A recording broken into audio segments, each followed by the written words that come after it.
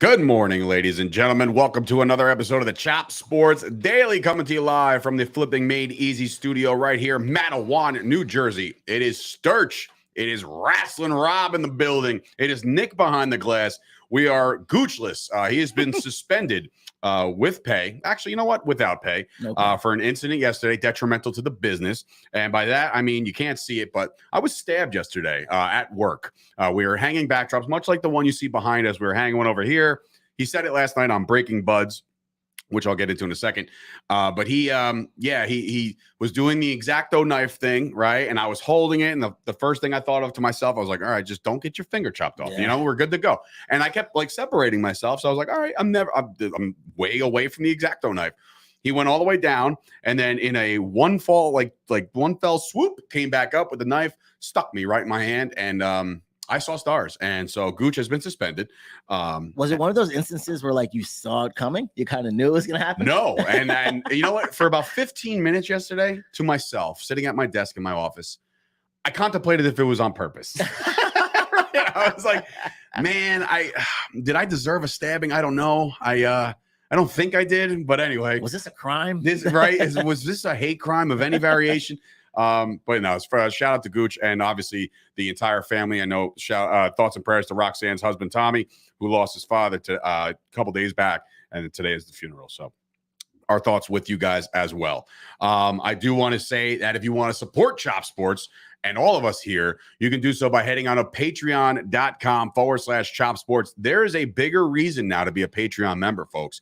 Last night, on our YouTube channel around 9 o'clock, we did Breaking Buds or Break Buds, the debut, right? It was a card breaking. I don't know where the term breaking came from. I don't know. Like, it's just, to me, it's just unboxing or opening or anything like that. But anyway, so they started that show last night, and there was a giveaway, and only if you're a Patreon member, any level, 3, 5, or 10, you were in this drawing where you won autographed memorabilia in their giveaway. So Joey and Chris were on yesterday, and they gave a bunch of stuff away. I see it in the office. They're shipping it out today. Bailey was a winner. I was a winner, but just somebody won an autographed Michael Vick helmet. Somebody wanted an autographed, like a silver and red and black Atlanta Falcons, like an alternate helmet for the Atlanta Falcons. So somebody won that. So even if you were in the room, they did another live drawing. Yes. Yeah. So you have to watch it live to be in it, but I definitely recommend it. It's got legs. And I said that to Gooch last night. I think it's got tremendous potential. So that's that. So anyway, also, just so you know, brand new Fight Factory out, host over here, Wrestling Rob, myself, and Tommy D sat down yesterday, recorded another banger of an episode for the wrestling podcast. So if you're a wrestling fan, head on over there, check it out. And that's really it. So now we have Sturch's rundown today. So Gooch not here, insert me. There's a lot to talk about, obviously. And we start with Frankie Montas to the New York Yankees. A big get for the Yankees because, again, we were all waiting for the arm to get to New York. Mm-hmm. We thought it was going to be Castillo. That didn't happen. So basically, I guess you can call this option B or maybe even 1A. I don't know, or whatever. Frankie Montas is a great pitcher. Added now that Severino has been put on the 60-day shelf again, which is just nauseating at this point because, for God's sakes, like, stop, for God's sakes, just like enough of this shit where people get hurt left and right. And this guy needs to be constantly shut down. And it's a very, very annoying thing.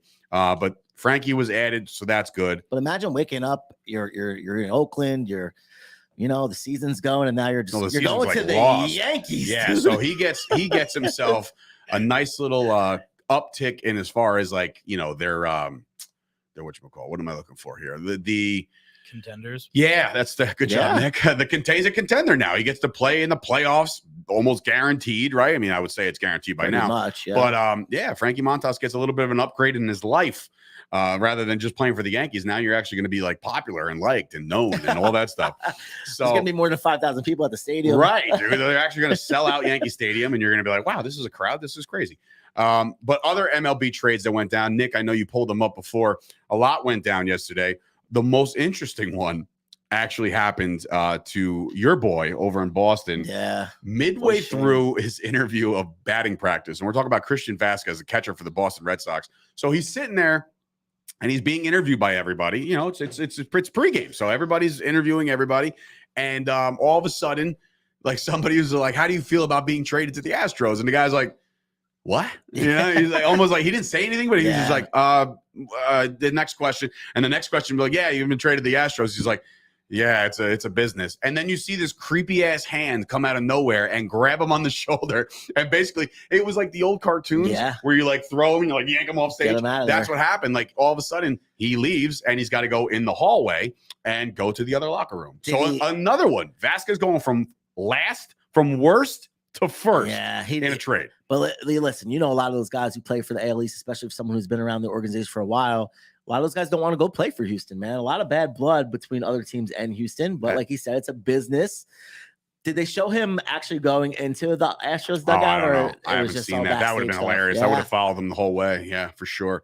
But anyway, so that happens. What else we got, Nick? There's a couple other trades that are like jump off the charts. I mean, one of the ones that I'm still like scratching my head about is the fact that the Padres traded for Josh Hader from the Brewers. That, for me, question marks all around because they're in it. The Brewers are in it, and I understand his ERA last month was like over 12, so he was going through it. He was going through it. Yikes. But like you're thinking, I'm like, all right, well, it's still Hader, and he's still really good. You know, it's like, so what exactly are we doing?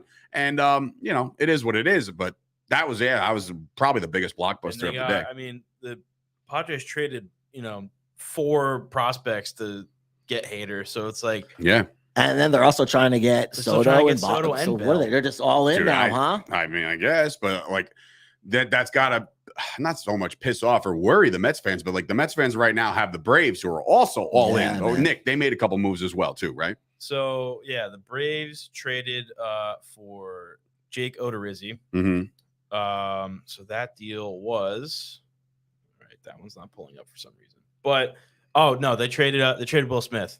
But they acquired more time. The Braves are all in too, and they're also in the sweepstakes for Soto. Yeah. So it's like the Mets fans out there, and I know Till Mets do his part as actually joining us. They'll be recording this week. The Brewers wanted to still contend, but not pay the $16 million price tag next year. Fair, very fair. You know, you don't want to do that. But the Mets fans have to be a little alarmed in that now not only the Braves, but now the Padres, and now even the Brew Crew are still in it somehow. The Dodgers, like. The NL is loaded, man. You talk about a journey to get to the World Series. For whatever reason, and I'll say this now, I'll go on record. If the Mets make the World Series this year, it'll be the greatest run you've ever seen because they have to slay the giants out there, not just the San Francisco Giants, but like the proverbial giants, where they have to run through these teams that are loading up right now. As today, I forget what time it's at. I think it's 6:00. Is the trade deadline? So there's teams still doing their thing, trying to add pieces. And the biggest piece, we'll get into it, I guess we can get into it now, is still Juan Soto. Yeah. And I said it a couple weeks ago, I was like, the more I look at this, the more I feel like the guy's not on the move. They still have control. They still can just hang on to him. I get his value is probably as big as it's going to be right now, ever. You know, like his value right now is probably the most you're ever going to get for a Juan Soto. But I don't know, man. I just feel like if somebody like him was getting traded, it would have happened already. And I understand that there's probably a million people out there bidding for this guy's services with a bunch of different trade packages and whatnot. But I don't think the Mets are out of it. Yep. The Yankees are out of it. So now the Braves, if he goes to the Dodgers or even the Cardinals are having a fantastic year. Man. Goldschmidt's back to freaking MVP form. He might win NL MVP. Mm-hmm. He's on my fantasy team. That's why I've been actually paying attention to him, lighting it up, except for last week when he couldn't go to Toronto and play, and that's why Scoop won. So I'm not even going to get into that. Sam Grasso coming in with a good point. Mets still have to get through August. History shows August is a problem for them. That's just very true. You know what? I think it's time to move on from the stigmas. I think it's time to, and this goes for all these people that are like, well, you know, they'll choke here. It's the Mets. Like, this ain't the Mets, man. This ain't the Mets anymore. Buck Showalter, baby. It's Buck Showalter. It's this lineup. Everybody's producing. They like hit somebody yesterday, and Lindor was like, eat this shit, and hit a home run. Like, they got some grit, and like I can talk good about the Mets when Gooch isn't here because he usually pours all the cold water on it. But the Mets this year are a team destined to do really good things. They're in every game. 7 in a row, I think. Tonight is DeGrom night. He makes his debut tonight. Woo! So that, like, if listen, I don't know, he probably will be on a pitch count, you would assume. So. But like, even if he gets into a groove in the next like 2-3 weeks, Like, boy, Who do like they to have have tonight? Scherzer and DeGrom, Bassett, fucking Cookie, the other guy, Yeah, Carrasco. and think about that. They've done all this, and they gave themselves a big lead at the beginning of in the middle of the year, but then Scherzer goes down, DeGrom goes down, Bassett, And everybody, like, including myself, like, oh man, I don't know if they're going to be able to weather this one, and they did, and that's until Mets do us part. I'm assuming that's Ibby or John Sapernow. It's way too early for John Sapernow, so that's definitely Ibby. Sapernow's on the left coast, but what I'm saying is, there was times where, like, well, they always do this in May, so they'll blow it in June, and they didn't blow it in June, and then July came around, they didn't blow in July either. This team is destined for good things, and I'm not trying to put the Matahari on it, which is, or the Maloiki, or whatever other Jewish terms I could possibly come out with for my bonus Mom Barry, who is a Mets fan. So I'm not one of those guys who are like, well, F the Mets. I will say the fan base has gotten a little to McGregor. They're like, oi, look at me, Mets right here, just kicking the shit out of everybody. I'm like, what are you doing? Everybody calm down. The 7-line army is for the Mets. Yes. They got invited by the Phillies to throw out a first pitch in the Philly stadium. It's on Twitter. I seen it. They've all agreed. Oh, it's on Twitter. It must be true. Well, from the Philly page to them. Yeah, no, because they're trying to get Mr. Met to throw to the Philly Fanatic. Bro, is ready for this? My uncle Sal, who's another Mets fan, his son Mike, Mets fan. They're within my family. He was at a wedding the other day, and who shows up? Mr. Met at a wedding, bro. Yeah. Nice. I was like, dude, this is awesome. Yankees don't have that because we're not clowns. No, I'm kidding. You do whatever you got to do. It's fine. We don't need that kind of shit. Who do the Mets play tonight? Did you look? They're playing the Nationals. So the Nationals are a poverty organization, so they should be able to roll right through them. And then Soto won't be playing. Took his bow last night, apparently. Like that was the last home game. So if he's getting dealt, he's not playing. Definitely not going to play today. And that will give you the telltale sign. Look for a 4:00 report. If the Nationals lineup comes out like it usually does at 4:00 for like a 7:00 game, if that lineup comes out and Soto's not in it, he's out. I mean, obviously, you assume they're just trying to get the most they can get. Yeah, no, they're dragging this out because they want to see the other bidders. Yeah. And they'll put out feelers too. But by canceling out teams is interesting because if they're canceling out guys like the Yankees and the Mets, I feel like other teams will kind of pull back on their big offer. Like, oh, we got to run with the Mets and the Yankees. Jesus Christ, it's going to take forever. It's going to take everything that we have. But then for everybody to kind of announce that the Yankees and Mets are not in the conversation anymore, I feel like maybe they won't get as big of bang for their buck. But again, it's Juan Soto, generational player. 23 Go years get old. your boy. Yeah. Go get your boy. And then sign him to a mega deal or whatever the hell he's going to make. And it's going to be out of control. What do you think about teams like the Red Sox who are not out of it, but pretty much? And they trade for a guy like Tommy Pham. The move for Pham last night, first of all, I started to like Pham after the whole fantasy football bullshit, right? No, it was Jock Peterson. Jock Peterson. But was it with Pham? Pham slapped him. Yeah, Pham slapped. Oh, yeah. So then I don't like Pham. He's the bitch. He's the bitch who slapped him. So I'm not a fan of that. But yeah, for the Red Sox to make any like moves to acquire talent right now, especially when it doesn't really make rid of your catcher, right? It doesn't really make any sense to me. I don't foresee them being a contender at the end of the year for the wild card. I don't see it. If they make a run, whatever. But like I just don't see it this year with the Red Sox. So the fact that they're adding talent right now is just a little mind numbing. But again, you're right. They separated with Christian Vasquez, who cried his way all the way to the Astros dugout. By the way, now you're a World Series contender, Christian. Congratulations. But anyway, Grass will come. My cousin Joe and Mr. Met at his friend's birthday party. So Mr. Met's for hire, apparently. Look at that. So tomorrow on the Chop Sports Daily, it'll be Sturch, Gooch, Mr. Met will sit right in the middle. We'll get him out here. But anyway, so that's that. Going into the NFL before we get into the 2022 Denver. Oh, I said Broncos? Ooh, no, Los Angeles Chargers. I don't know why I wrote Broncos here, but anyway, it's AFC West. It is the AFC West. But anyway, before I get into that, a couple news and notes from around the NFL. And when I say around the NFL, my Cowboys, of course, like they trade away Amari Cooper for a bag of balls. I've said that a million times, 5th round pick or whatever the fuck it was. But now you look at what just happened yesterday. Their only 2 signings in the offseason was Dante Fowler and James Washington. Washington was going to come in, and I got on the hype train a little bit. I was like, oh, you know what? Like, he was buried on the depth chart over in Pittsburgh because there was a lot of talent over there. Mm-hmm. And when he was in there, he had Ben, who couldn't throw the ball more than 7 yards. You know what I mean? So it's like, maybe this is a good thing. And Des Bryant had put out a tweet saying, yo, go get James Washington. Very comparable to me. High points to ball, speed, blah, blah, blah. So I'm like, all right, cool. I'm on the hype train. Let's go. Yesterday comes down off a deep ball, ran a 9 route, and just landed on his foot, broke his foot. He's out 6 to 10 weeks. So now it raises the questions for the Cowboys. What are they going to do at receiver? Because as of right now, your receiving lineup is CeeDee Lamb, Simi Fehoko, Jalen Tolbert, Noah Brown. So I bet you're all watching. You're like, who? You know, like you have no idea. And I'm not an owl. All right. See, I'm a walking dadism, by the way. But I'm serious. Like it's not the who's who over there. It is literally who are these people. Obviously, Jalen Tolbert was drafted this past spring, in which I landed a card yesterday. Breaking Buds, how about that? It was like a jersey card, like yeah, a piece bro, of his uniform from his college. Yeah, I'm pumped about that. But yeah, so Jalen Tolbert's out there. Simi Fehoko, second-year receiver.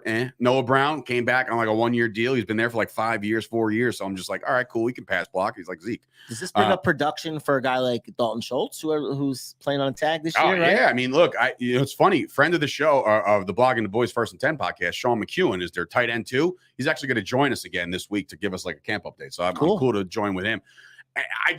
So here's my question now for the Cowboys and the Cowboys fans and people that are watching the NFL. You cannot go into a season with that right now. So my question to myself and Rob and Twitterverse and everybody who's watching right now, who's left? Who is left out there for the wide receiver core to join in and kind of add value right away? There's one name that pops out that's technically not even ready to play football yet, but he is the best free agent out there. And we've heard this before. If he's matured and he's not being a little diva, I would kick the tires on an OBJ. I would. For cheap, 1-year deal, come back off the ACL, learn the offense and like on the pup list or whatever, and then start the season with the Cowboys. Outside of that, I'm a big T.Y. Hilton guy. I know he's on the back end of his career. Will Fuller still out there. The Cowboys can't go into the rest of the camp with just this. How about, and I know this is going to sound crazy and you might not like it, he's only 34 years old. Why not take a flyer on Antonio Brown right now? No, God, no. Why not, Dave? No. Is it because of he is a goddamn cancer to any locker room? You saw what he did with the Bucs. That, but you only say you do pick him up, you get him for the cheap, and you also can get a way to get Beckham in the door. You can. That's your stepping stone until Beckham's ready. Nah. Are you really going to go into the season with CeeDee Lamb, Noah Brown, and Tolbert? No, they won't. But they're not going to go in there with Antonio Brown. Because you don't want to do Cole Beasley, right? That's another thing. That's another guy out there. So Cole Beasley's been linked because he put out a tweet saying, "Oh, I'd definitely love to play with Dak again." Blah blah blah. But in my mind, and I said this yesterday on Twitter, I said if the Buffalo Bills, who have a jam-packed offense, couldn't find room for Cole Beasley, then I don't want him either. Like that means he either lost a step or he wasn't valuable to the Buffalo Bills organization, who are going in there with just Stephon Diggs and the dude that came up last year. That was Gabe Davis. Yeah. Right. So like, and they even let Emmanuel Sanders walk too. Bailey makes a good point. Well, ABG only makes sense for late season. James Washington will be back before OBJ. I think it's all only predicted. I'm reading 6 to 10 weeks. So I owe it. And every time I see a range, I go high. Because no matter what, I go high. So 10 weeks. Just in case. So 2 months, right? So 2 months leaves you with all of August and all of September, really. So that's going to be a long time. And they have to address it in free agency. I know Cap Boy, Stephen Jones, is one of those guys that are like, oh, we got to stay under the cap. And I'm just like, all right, well, guess what? You have $20 million fucking dollars. Go spend it. Maybe, it could be a blessing in disguise for the Cowboys because, you're going to get a lot of cuts. A lot of guys ain't going to make rosters. Right. So they have to be patient with that. Oh, absolutely. That means they would have to wait till the end of the year, but you don't want to do that. You want to, or end of the preseason. You don't want to do that. You want somebody in camp right now. Casey Hammond making a big point here. I said this on the First and 10 podcast. I'm not in on this at all. Deshaun Jackson, I know he can play in our stadium. I know he's lit us up time and time again in that stadium. He even scored last year, and he's like, you figured nobody, like, of anybody to score for the Raiders that game on Thanksgiving, it was him, right? Yeah. Or was it last year with Thanksgiving? Maybe 2 years. This year with all the penalties. Yeah, I think that was this year. I'm sorry. Everything blends together with the Cowboys. I do so much goddamn Cowboy content, but I'm not for Deshaun Jackson. I am for a Will Fuller. I am for a kicking the tires on T.Y. Hilton. I'm not for Cole Beasley. Beasley and Dez both blocked me on Twitter. So like, Will I can't politic for those guys. Who gets hurt a lot though too. Will Fuller. Correct. But right now, as everybody else has walked into camp, he's in the best shape of his life. He's the most healthy he's ever been. Right? Like they're all doing it. Good point. Fantasy sleeper alert from who? Maybe that was in response to a Deshaun Jackson. Yeah, maybe. I mean, yeah, on a boom or bust, like the guy can play. Anthony Brown was their best. Yeah, there it is. So it was this past Thanksgiving. Yeah. Anthony Brown was the best Raider, and he was the best Tampa Bay Buck in the beginning of the season. But now everybody's giving him his flowers all of a sudden. He's looking good in camp, and everybody's like, oh, Anthony Brown, he could be the second guy. They also didn't they Everybody just relax. get the guy from he was the USFL MVP. Wasn't he a receiver that the Cowboys just got? The guy they signed. Huh? Remember they signed. They got the USFL guy, MVP. right? They got Was he a it's just like receiver, though? Dontario Drummond. Yeah, he's a receiver. Yeah, so there's They do have guys, but ready for the No, snap obviously. count? After CeeDee Lamb and Simi Fehoko, who had like 4 snaps last year, it feels like, and Noah Brown, nobody else has ever taken an NFL snap. Nobody. Not Tolbert, not any of these unrestricted guys. Listen, I'm all for giving these kids chances, and maybe when they're going to have to today, when they trot out and they have the pads on and all that other shit, they got to trot out somebody unless they bring somebody in, and they've not done it yet. So it's very. Think about that division right now. Who? Oh, NFC East? Yeah, so it's like you got a giant team that you pretty much don't know what you're going to get, but you know you're not going to get that good. You're hoping. I don't know. From Philly- everything I'm reading, and the Giants are looking stellar right now. So Sure, we'll see. We'll Eagles talk about the too, NFC East in a couple weeks. I don't trust really Jalen Hurts that much. I don't believe in him. So that's another team. And Washington, come on, man. So I mean, the Cowboys have Listen, the it's right Cowboys time division to lose, really. absolutely. You know, like I think they can win it with me and you at receiver. I truly Listen, think. Like we're here. the Eagles, to me, and like I'm not going to go off on a tangent on the NFC East. We'll cover those guys in a couple weeks. But like the Eagles, to me, they have added pieces. They've gotten better. Jalen Hurts is 1 year better. Trust that. I get it. I just don't see it yet. I don't see it yet in the coaches. I don't see it yet in anything going on over there in Philly. And like I said, they're already calling themselves a dream team. The last time they did that, they missed the playoffs. So I'm not worried. How long is Gallup out for? He'll probably miss the Kyle's first 2 asking. games, I'm assuming. So you know That's How's from that bad? everything. He's already said that it's unreasonable to think that he would be ready for Tampa Bay. So that's week 1. I don't foresee it happening. So before we We'll go see. before we go to the Chargers, we know the Hall of Fame game is Thursday, right? yeah, so we baby, know we got some football. Oh my God, did you see we talked about it in the Lions Hard Knocks trailer? I told you, I man. would- It's gonna be Goosey's going, man. Dude, I know a lot of people give shit to Hard Knock like lovers like myself. To me, it's like it's just football content Football that content, drives dude. me to just like I go nuts for it. And And I'm it's- just like I crave that it's shit. good football content because you're not just watching plays. You're watching like guys go through things. and, Yeah, you man. know, Yeah, the storylines. struggle The and getting coach, there. Dan Campbell's going to be biting kneecaps live on HBO. Like, you know what I mean? Like this kind of He shit was for doing me. up downs with them in practice. Right, Like, that's what come I'm on. saying. The guy's an animal, Yeah. right? And it's going to be hilarious to watch. And it's the Lions. And we have already talked about them at length in a couple of our fantasy conversations that the Lions might be okay. We actually did a whole video on our YouTube channel about the Lions Yep. being the surprise team of the year. Yep. And when I say surprise, like you go from literally like bottom of the barrel to maybe like 7-8 wins. That's a big That's jump. for them. Yes, So, absolutely. I'm not against it. I'm not But like we against it said, at all. Thursday, we're not getting no Trevor Lawrence Thursday and no No, Travis. no Etienne either. sunshine. So, No Travis sorry, Etienne.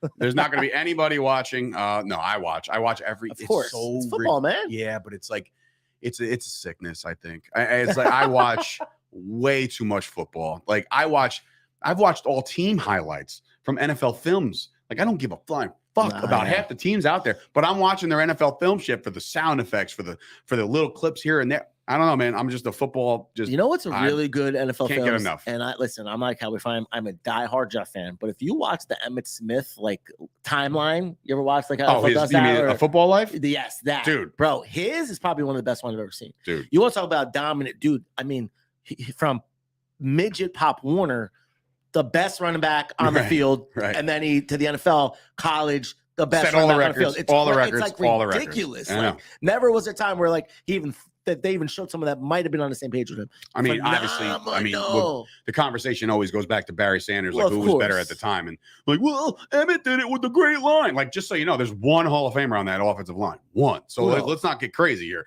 Like, it's Larry Allen. He's one of the best to ever do it, but I'm not gonna. No, not in the mood to do that. Anyway, let's go over before we get over to the Broncos. I do also. Ooh, Chargers. Chargers. I said that again. Yeah. I'm looking right at the AFC goddamn West, thing. baby. I know, crazy. I do want to bring up one thing, and I don't know if there's any legs to this, but Rutgers basketball might be getting a star in the very near future. They are in on Bronny James. Could you imagine? Can you imagine what New Jersey would be like if LeBron James's son started playing basketball here? Isn't there? That's insanity. What's his name's son is from? It plays in New Jersey. DeJuan Wagner's kid. And Ron Harper Jr. too. Well, he's in the NBA this year, but Did he get drafted? I think he either Harper, got drafted in the no. second round or he's undrafted. He signed with the Raptors. He was in the summer league. Okay. Though. I've seen him. as an undrafted free agent. But DeJuan Wagner's kid is from New Jersey too, and he's the number one player from that year. Imagine if they both go to Rutgers. what that does for New Jersey and Rutgers as a whole. Yeah, And dude, Rutgers is trying to get Ron Harper Jr.'s brother, Dylan, to. how many Harpers are there? Like, I'm telling you, man, Rutgers is on the come up. On Later the on rise. today, as a matter of fact, I'm getting Paz in studio for my next episode of a sit down with Sturch. He's going to come in. He's going to tell me his whole story because I'm very, very, very fascinated by the fact that a guy with, and this is I'm not even making a joke of it, a guy with a glass eye can literally run through the entire state of New Jersey as a wrestler. That is, to me, that is insanity. And I can't wait to talk to him and find out about the come up because that's some cool shit. Guys, also got to ask you a question. You worried about if you're going to run out of money in retirement or how you'll pay for the long-term health care? Speaking of health care, I should have used some health care on my stab wound yesterday. Will your family be okay? Stop worrying, start planning. A comprehensive retirement plan gives you a greater security over your future and over your money. Michael Fusco can help with that. As president of the Fusco Insurance Agency, Michael can help work with you to create a comprehensive retirement plan. He'll explore using life insurance and annuities to help you build a more secure future so you can worry just a little bit less right now. Call 718-701-5787 to schedule a complimentary consultation. That's free advice right then and there. He will tell you if you can use the services or not. No cost to you. 718-701-5787. 87. Guarantees and protections are subject to the claims paying ability of the issuing company. Some insurance policies are not available in all states. And of course, if you're into financing, get on over to prestigetaxfinancing.com/business financing. He can give out some financing for you. So also want to give a special shout and read to Manscaped. We have a promo code, as always, 20% off.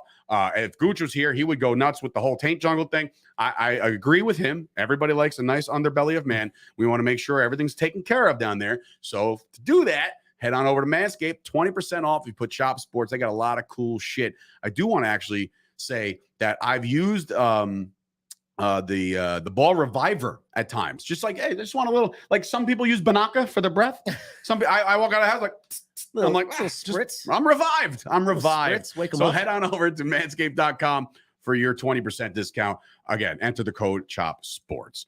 Also, I want to give a special shout out to my boy over at Dude's Gourmet, because I have to say that he gave me a $50 discount to go get more seasonings because you saw I started to do meal prep, which is going horribly, by the way. I forgot my second meal today. So like it's at home. I'm going to send Nick for some lunch in a little bit because I'm starving already. It'll be healthy. It'll be some kind of egg white wrap or something. But I'm trying desperately. All right. Let's get to the 2022 Los Angeles Chargers. How about that? Instead of saying like messing it up and saying the Broncos over and over again, the Broncos, I just said it, the Chargers. The Los Angeles Chargers coming into this year are the darlings of the AFC. Everybody seems to be leaning towards this might be the year they get over the hump. And every day we've covered another team, right? We go over what? The key losses, key gains, and the draft. Key losses for the Los Angeles Chargers. None. Zero. Zilch. Not one loss. And I looked it up today. I was like, well, let's see. There had to have been somebody.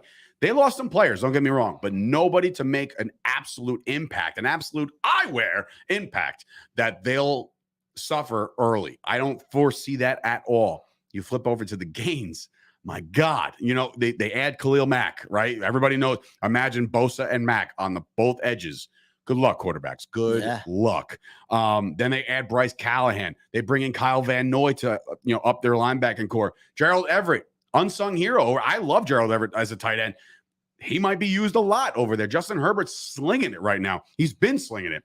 Then you get to the draft, bro, and they take the best guard in the draft, I think. Zion Johnson, I wanted for Dallas. You did want him. I wanted him so bad for Dallas, and he doesn't get past the Chargers. That's another great upgrade to keep Herbert upright. Their lineup is just, it's stupid, right? Justin Herbert obviously leading the way. He's backed up by the greatest backup quarterback of all time, Chase Daniel, who has had to do nothing in his entire career except sit there, hold a clipboard, and make millions and millions of dollars. So Chase Daniel has the official best job in football. He was backing up Drew Brees, I think, for the majority of his career. I'm like, this guy's never going to see the field. Ever. And Pat Mahomes for a little bit, but he was a backup for Kansas City for a while too. That's what I'm saying. Like he's going to these places where he doesn't have to play. So anyway, him, Soto to the Padres. I didn't see anything. Is that breaking? Dave. I'll let you know if I see it. I'm imminent, according to Sean Ray. I haven't seen anything. Not a word. Oh boy, oh boy. I'm not seeing anything either, but we'll keep our eyes out on that. If anybody wants to break the news here in the chat, or maybe we find out via another way, but that would be massive on the live show. So anyway, the roster for the Chargers, obviously Herbert, Austin Eckler, amazing. They drafted Isaiah Spiller this year, so that's a great complimentary back for Eckler. Eckler's health has always been one of those things that people are just kind of questioning. Like, it takes a tweaked hamstring for him to miss a couple of weeks. But every year that he's missed any time, they always had somebody to just insert right away, and they wouldn't have to miss a beat, bro. It's insanity. They had the kid Jackson. He just went to the Lions actually this morning or yesterday. Yeah, but like even that guy, like all of a sudden you're like, who the fuck? Oh, he's really good. Yeah. You know, so he stepped in. The receiving core is led by Allen and Williams. I expect a big jump out of Jalen Guyton. Last year, couple big time plays for Guyton. And I think that he's just another year removed of being that good, right? So Keenan Allen, Mike Williams, probably the best 1-2 punch in the NFL. I would say maybe so. top I would 3. say so. I would think of another tandem, honestly. Well, Miami maybe with Hill and Waddle now, but like, and Jefferson and Thielen are really good over in Minnesota. But I would make a hard argument for Keenan Allen and Mike Williams, who both, by the way, are making $20 million a year this year. So the band will break up eventually. That can't last and that won't sustain. So this is their window right now. So we'll see about that. Anyway, their tight end, we just said Gerald Everett. Even that Parham Jr. last year, he came on a little bit. Their offensive line, decent. They're making waves. And of course, they just added, they had Rashawn Slater the year before. Now you put Zion Johnson in there. That offensive line are just juggernauts, right? Flip it over. Defense. Unbelievable defense as well. Because again, I told you, Bosa, Khalil Mack coming off the edges. Their interior defensive line. Big boys. Good run-stopping defense, right? Their back end, obviously, Asante Samuel Jr. I wanted him too in the draft. He was one of those guys. Derwin James, who right now he's at practice. He's there. He's not practicing. He's there. The new term is this: hold in instead of hold out. They're holding in. They're not doing anything, and they're there. I'd rather them be there 100%. Be home 100%. Yes. So Derwin James will probably get paid eventually within the next couple of weeks. Keep your eye open for that. J.C. Jackson signed on over from New England. From New England. God, bro. So this team, what a steal. This team is just absolutely loaded, and it's fun to talk about the teams that might light the away world on from fire. Making the playoffs. Yeah, who would have known what they would have did if they got there? Exactly. You know what I mean? Anybody can get hot at the right time, and all of a sudden the Chargers, they're looking great. You're right. They're coming in the darlings. I think Kyle was in on them early last year. Like the season was over, and like he immediately said, like Chargers next year. That's your darling. That's the team to go grab right now on the odds or whatever, because they're going to be at the lowest then. Now they're got to be up there. Nick, if you want to look it up, I got another odds to win the Super Bowl because it's got to be up there, right? So anyway, crunching their schedule. Palmer starting over Guyton. Okay, cool. He's the breakout. I'm with it. And Rube's actually appreciating my Mets banter before. And listen, I call it how I see it, Rube. I don't put on some act. Okay. I listen, fans like you and fans like, those other Mets fans at Chop Sports, you get under my skin a little bit, but it is what it is. I can't hate. You guys are winning games. Very unbiased opinions here. Yes. All the time. Always, except for the Cowboys. I'm the best ever. We know that. Anyway, so their head coach is atrocious. Now, see, I won't put the atrocious label on him, and that's a great word, by the way. I wouldn't do that. Like the decision last year was bad, right?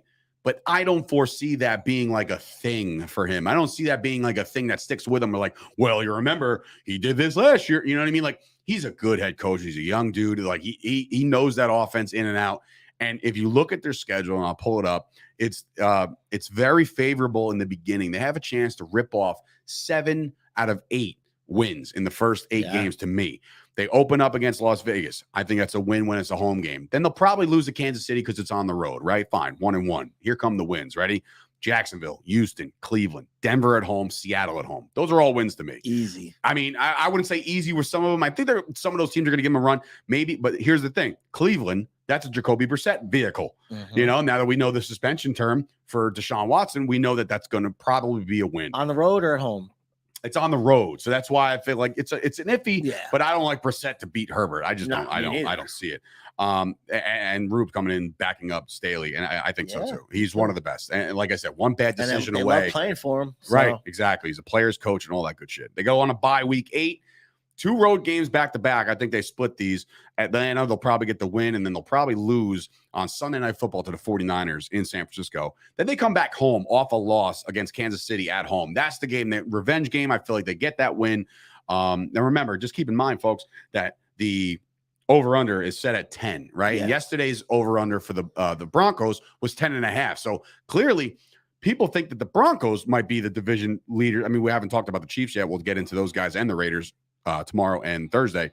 But I'm looking at this team and the schedule, and as it gets longer, they got Arizona week 12. Is that like second half Arizona where they just kind of stink up the joint? You said that before. Yeah. So like, is Kyler Murray going to be checked out, not studying, all this other shit, right?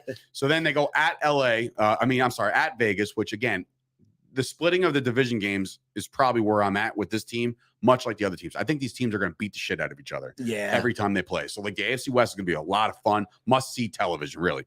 And then they go home to play Miami. I think they win that game. I think they beat Tennessee at home. And then they go to Indy. They go back home for LA, the Rams, that is. And then they finish the year at Russell Wilson. Let's ride, right? To me, my knee jerk, which could be a playoff implication. It could be a very big playoff implication game in Denver. It's to be determined as far as the date and time, because I know they're probably going to split those games up Saturday and Sunday for last week.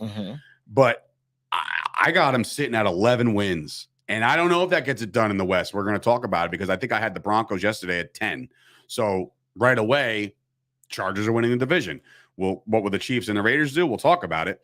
I think everybody kind of has the consensus that the Raiders are just a little bit farther off as far as the other 3 teams in this division are concerned. The Chiefs defense, Gooch is like just hammered this home that they're going to be very bad. And I have this hard time thinking that anything led by Andy Reid is bad.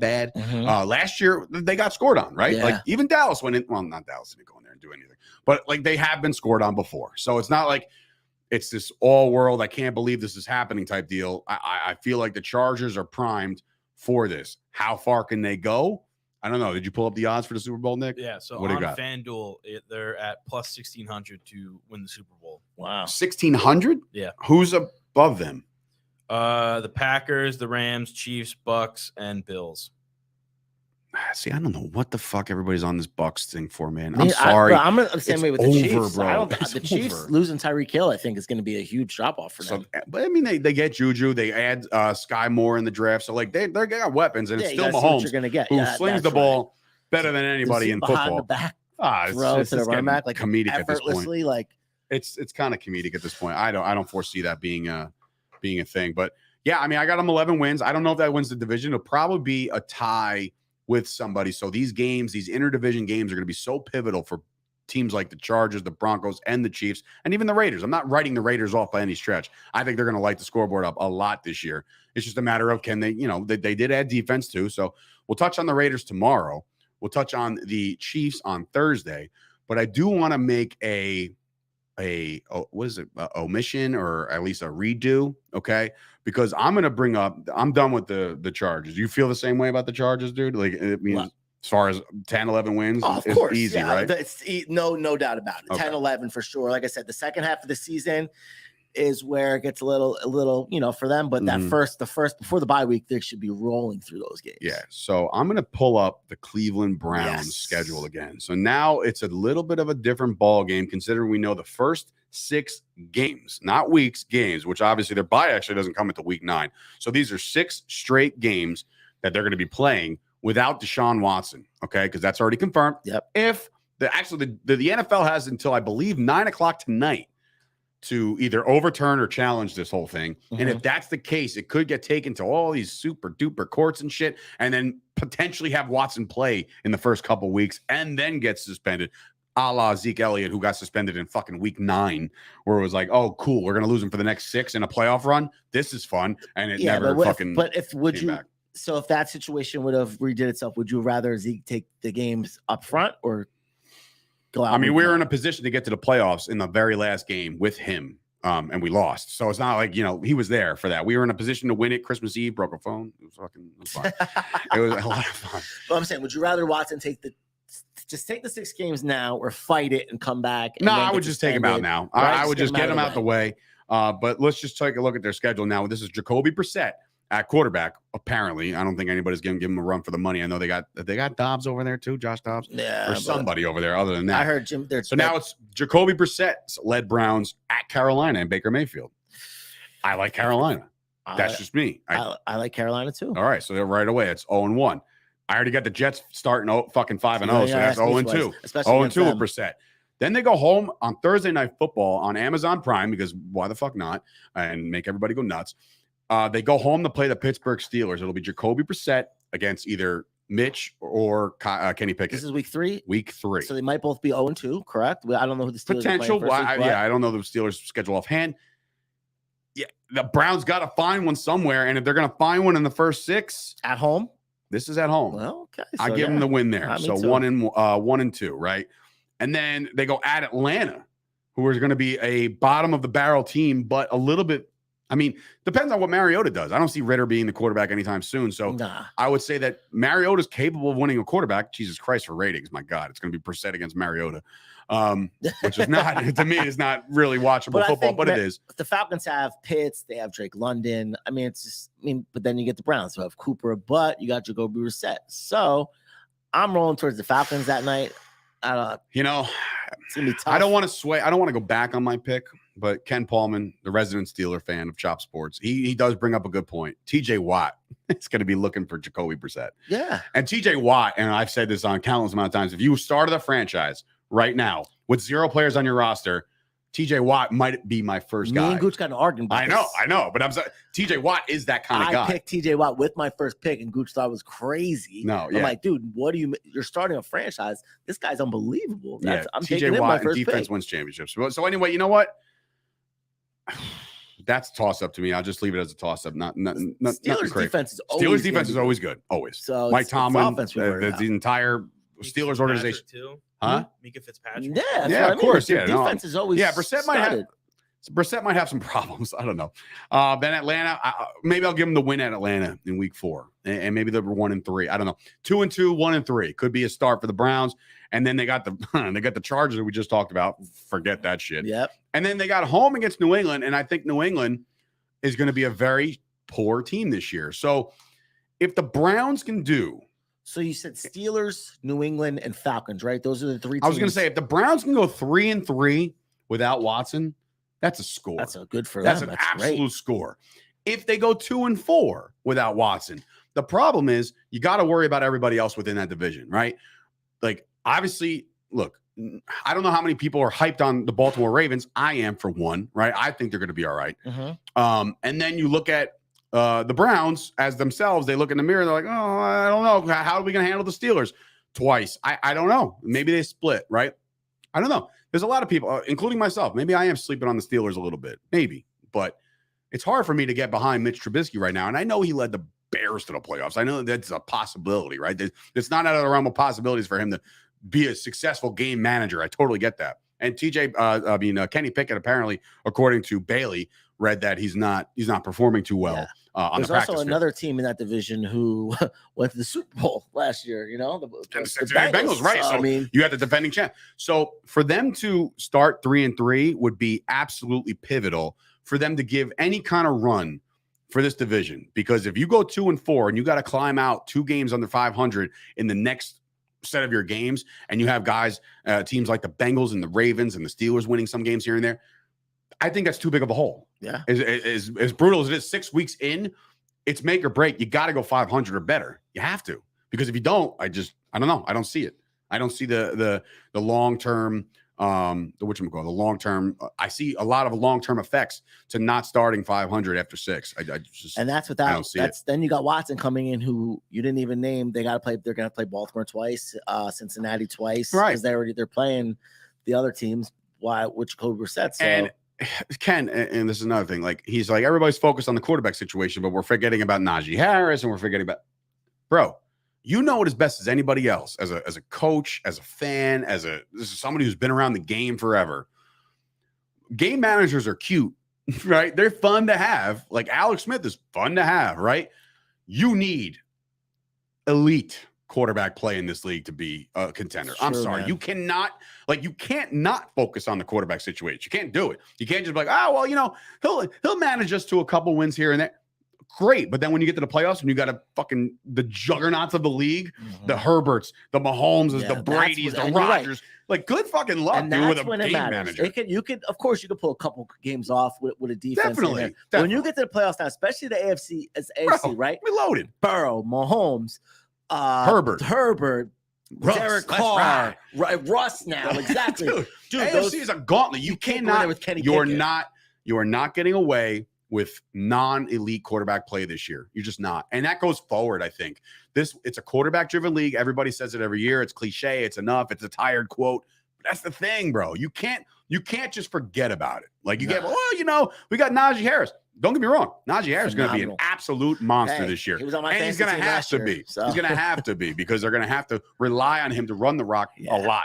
20-plus touches a game, right? Maybe 25 a game. But, yeah, mediocre play is not going to get it done in this league. It's not like the Steelers have, like, these great receivers either. You know what I mean? Claypool is good. He's a tall target. But, I mean, what else do they have over there? Well, Deontay Johnson's really, really good. I know that, but Freiermuth. Dude, I'm a Freiermuth guy. Massive Freiermuth guy. They got parts, bro. They got parts. And we went over the Steelers already, but like I feel like this team and Tomlin has never had a losing season. Never. Ever. So imagine them going 8-9 and people are like up in arms. And can they squeak together 8 wins, 9 wins? I forget what I put on in the preview, but listen. You got to get good play. That defense has to be absolutely locked down. Every week playing the elite of the elite. Burrow twice, the Chargers, fucking Deshaun Watson at least once. You know, you're going to have to play some elite fucking defense. So that's enough of my Steeler rant. Official now. Juan Soto and Josh Bell to the Padres. Josh Bell too? They were trying to get him this morning. I saw that. Yeah, so. Jesus Christ, are you kidding? That's when the rich get richer. Isn't Machado over there too? Oh my God. Yeah, dude, and Tatis is coming back. Oh yeah, dude. Bro. When's he come back? I thought he was supposed to come back last week, but maybe he's this week or something. That is insanity. What is the compensation? It's not, I mean, as of right now, I know the contract dump situation, Mike. I totally agree with that, but he's still a serviceable player, dude. It's Josh fucking Bell. He's been good for a long time, in my opinion, because I remember having him years ago. Upgrade over, dude. Look at the Padres now, man, bro. Are you kidding me, bro? Murderers row. How are you pitching around that lineup when Tatis gets healthy, bro? Machado, Tatis, Soto, Bell. What? This is breaking on the show. This is insanity. It doesn't really say what they get from yet. It just says like breaking news. Here, Reddit's got it. CJ Abrams, Hassel, James Wood, Jarlin, Sasana to the Nationals. Nationals was a fire sale. They don't give a shit. My only question is this. Musgrove just signed that $100 million 5-year extension too. Forgot about that. That's a good point. Dude. Yep, it's a done deal. They basically said, hey, luxury tax, go fuck yourself. They don't give a shit. But because Redden was trying to say that in a tweet earlier that that's just what was taking so long is they were trying to they can't stay under it. There's no way. They were trying to though by we're out of your mind. There's no way. The tweet he posted. There's no way that they could stay under the luxury tax with that lineup and those players. And I know Tatis, I'm pretty sure he hasn't even got paid yet. Okay, so he's too brand new to get paid right now. Oh my God. What a freaking the Mets. Yo, I'm optimistic about the Mets. I am. I said it earlier. I went on a rant today about the Mets, right? You obviously you got to worry about the Braves because they're right on your ass, right? But damn, what a journey. Clevenger too. Yeah, dude. What a journey it's going to be. The NL playoffs are going to be, as the kids say nowadays, Liddy. Dude, how excited has baseball been this year? Oh, it's great. It's been one of the best years in a long time. Is always delivers. How are you not romantic about baseball? That's the ever so like the long quote. How are you not romantic about the game of baseball? It always delivers no matter what. It just so happens the Yankees are having a historic run. They just hit 70 wins yesterday, which is great. But again, it all matters when you get to the postseason. They're 58-46 right now. The Padres. So that's the NL West? Yes. Yes. How many games behind the Dodgers? That's long, right? That's a lot. They're probably like 7 or 8 behind the Dodgers. They are 12. 12. All right. So it's just wild card or bust, obviously. Dodgers are 69-33. God damn. They're 58-46. Then you got the Giants who are 51-52. And everybody else starts to tail off. So Padres are the most, Mike said it, splash after splash, the most active team in baseball right now. The Padres are going for it right now. So shout out to the Mets fans. While it's going to be, listen to the that. Yankees are 70-34. Yeah, it's freaking ridiculous. So Look at that. Let's pretend we live in a world where the Padres play the Mets in the NLCS. We live in that world. It's Max Scherzer, it's Jacob deGrom, it's Bassett against that lineup. You are going to get the best baseball you've ever watched in your life. Yeah, it's true, man. That is going to be some phenomenal shit. And I can't wait to see it. Obviously you would say, like, I'll pay to see that. It's not, you don't have to pay. But like, you just watch it and it's going to be must see television, man. The Phillies make a big move, playoff push. They just signed the ghost of fucking hell. I mean, they got both of these guys, man. I was about to read that whole thing there, Sean. You Sean, asshole. I saw it and didn't say it out loud. Bitch. I was reading it like it was big. Listen, read before you read, Dave. Padres are going to have to. What does it say about the Padres now? They're going to have to go far into the playoffs this year, right? All in. I mean, they've had Machado for like 2 years now, right? Yeah, he's been there, and Tatis coming back, bro. It's exciting, man. I mean, I feel like toast. I'm getting excited about a team that's not my team. I'm excited about the Padres. Slam Diego is back, big time.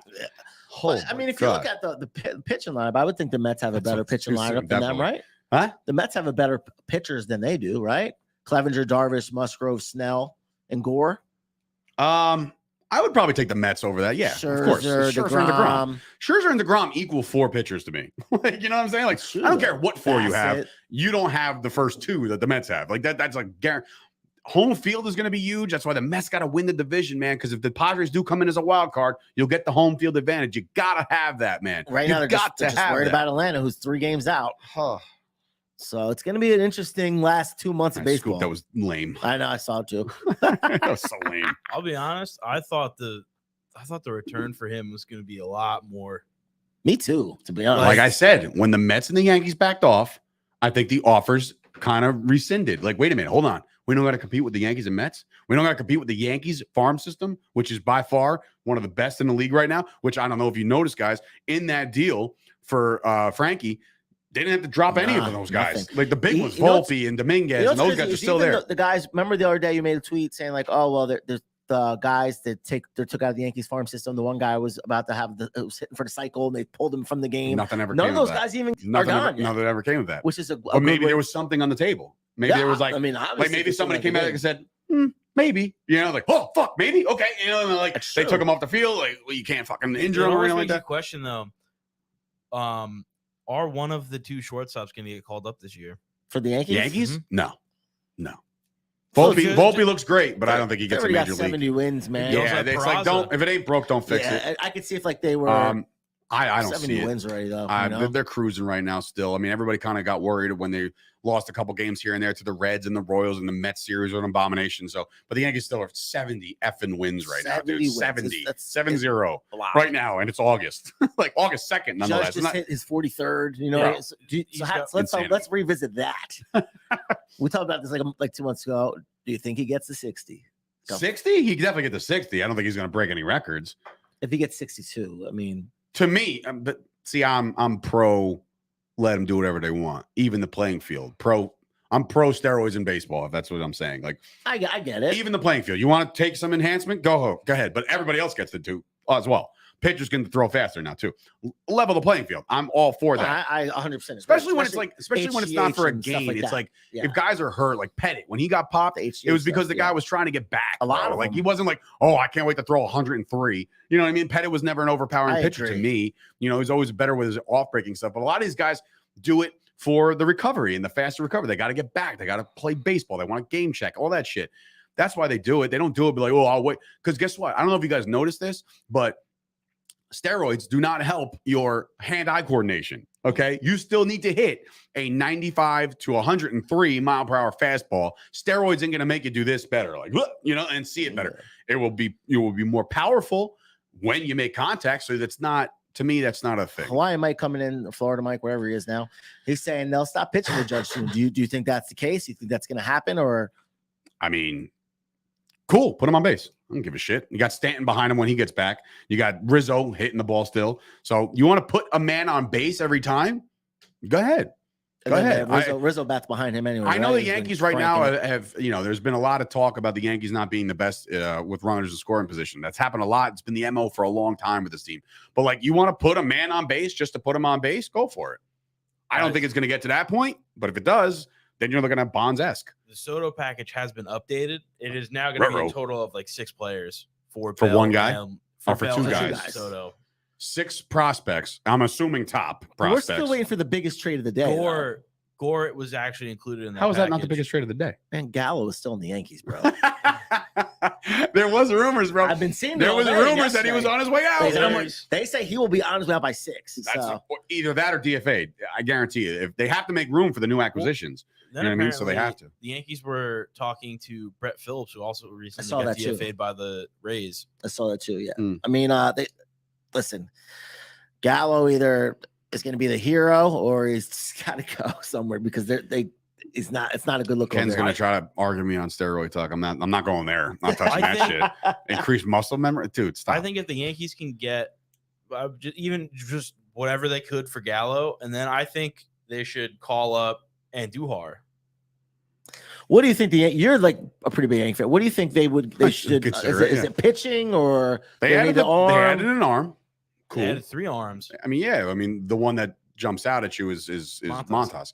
But like, and he's going to be like insert number 2 right now. He's going right into the Lions. Then it's going to be Cole, Montas. You got to see what you can get more out of Montgomery. You got to see what you can get out of Tyon. Those guys have been struggling as of late. Sometimes they can deal, but then when they're off, they're really off. So like, I would have to assume that Herman gets better as the season goes on because he was just freshly off injury. So listen, it's still right now. It's about to be noon. It's still 6 hours away. They could make other deals. Look at all caps on my Bleacher Report thing.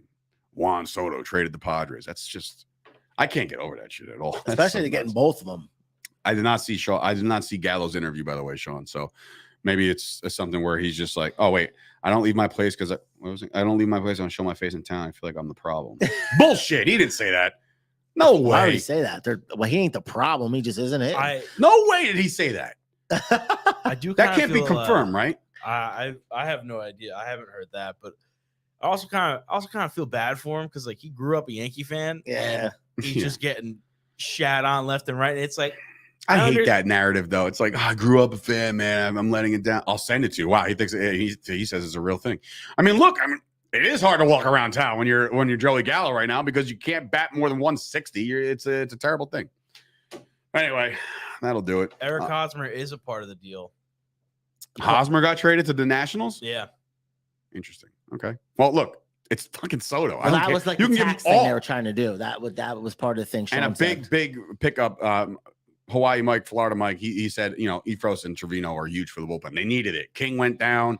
All of a sudden, what's his face is human. Clay Holmes, all of a sudden, not the wild thing like I thought he was. Like he just, give me fucking Holmes. The Efros deal though, I think is huge because they don't really have a sidearm pitcher, and that's kind of like a unique pitching style in the MLB now, where it's very rare. So if you can get a guy like that and he's under control for the next 5 years, I think it's a great deal by Cashman to get that one done, especially because you didn't have to give up much. But I think he adds a lot because some of the pitches like I've seen him throw are disgusting. Yeah.